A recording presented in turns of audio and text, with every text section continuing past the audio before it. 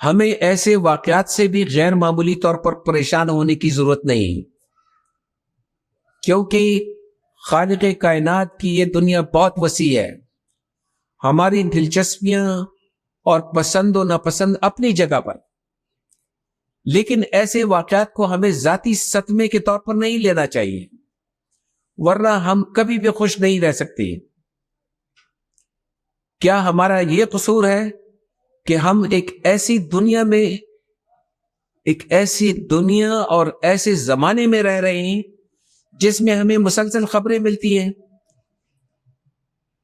اس کا واحد حل یہ ہے کہ ہم اخبارات، ٹی وی چینلز اور سوشل میڈیا پر ملنے والی دنیا بھر کی خبروں پر پریشان ہونا چھوڑ دیں۔ اب آتے ہیں تیسرے نقطے کی طرف۔ اچھی اور سادہ زندگی گزارنے کے لیے لازمی ہے کہ ہم اختلاف رائے کو برداشت کریں۔ جی ہاں، اختلاف رائے کو، خواہ ہمارا نقطہ نظر دوسروں سے زیادہ بہتر کیوں نہ ہو، زیادہ متوازن کیوں نہ ہو اور ہمیں پتہ بھی ہو، لیکن کسی کو مت ٹوکیں۔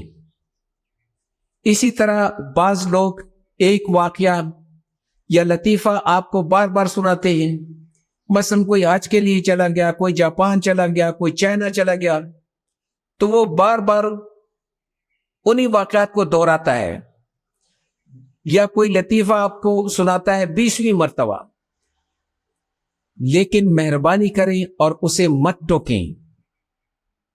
اس میں کیا حرج ہے؟ وہ واقعہ یا لطیفہ جو آپ کو پھر سنایا جا رہا ہے، اس پر ہنسنے کی کوشش کریں، آپ کو ضرور فائدہ ہوگا۔ بس تھوڑے صبر اور خوش اخلاقی کا مظاہرہ کریں، میگنانیمٹی شو کریں، بڑے دل کا مظاہرہ کریں۔ سادہ اور اچھی زندگی گزارنے کے لیے پوائنٹ نمبر 4، چوتھا نقطہ، جو کہ بہت ہی اہم ہے، وہ یہ ہے کہ آپ ہمیشہ پورے اعتماد اور کانفیڈنٹ رہیں، خصوصاً اس حالت میں جب آپ کو محسوس ہو کہ آپ کی بے قدری ہو رہی ہے،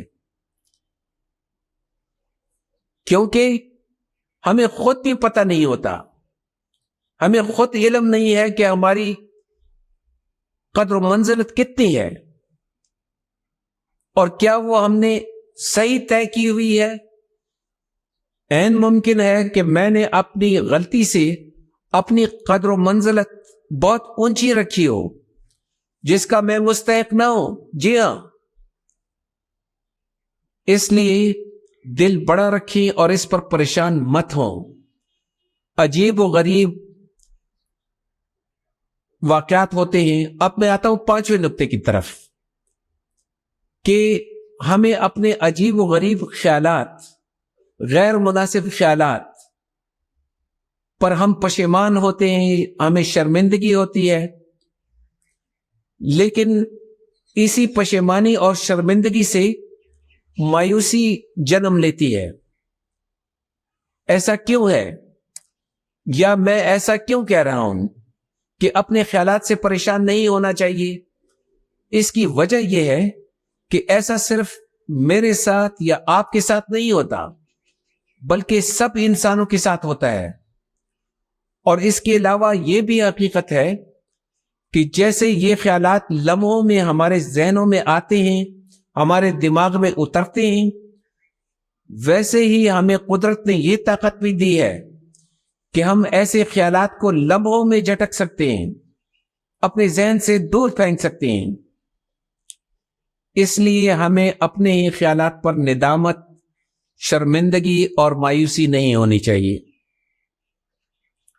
دوستو، سادہ اور آسان زندگی گزارنے کے لیے چھٹا نقطہ یہ ہے کہ خوش یا غمگین رہنا ہمارے اختیار میں نہیں، لیکن حقیقت پسند ہونا ہمارے اختیار میں ہے۔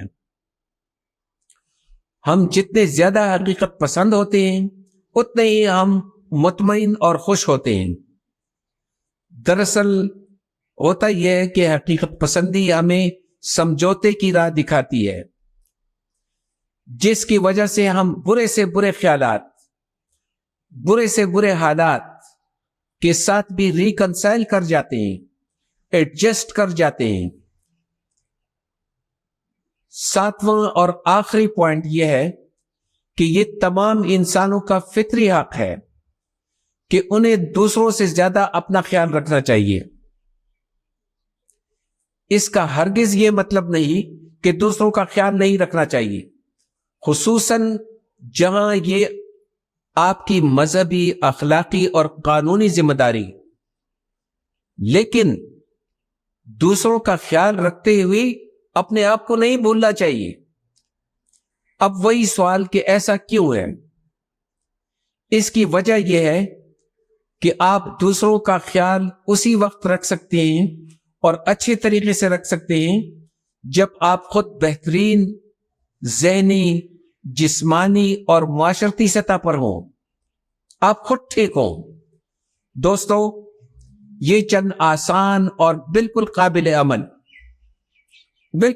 عمل ٹپس ہیں جن پر عمل کر کے ہم اپنی زندگی کو سادہ اور آسان بنا سکتے ہیں.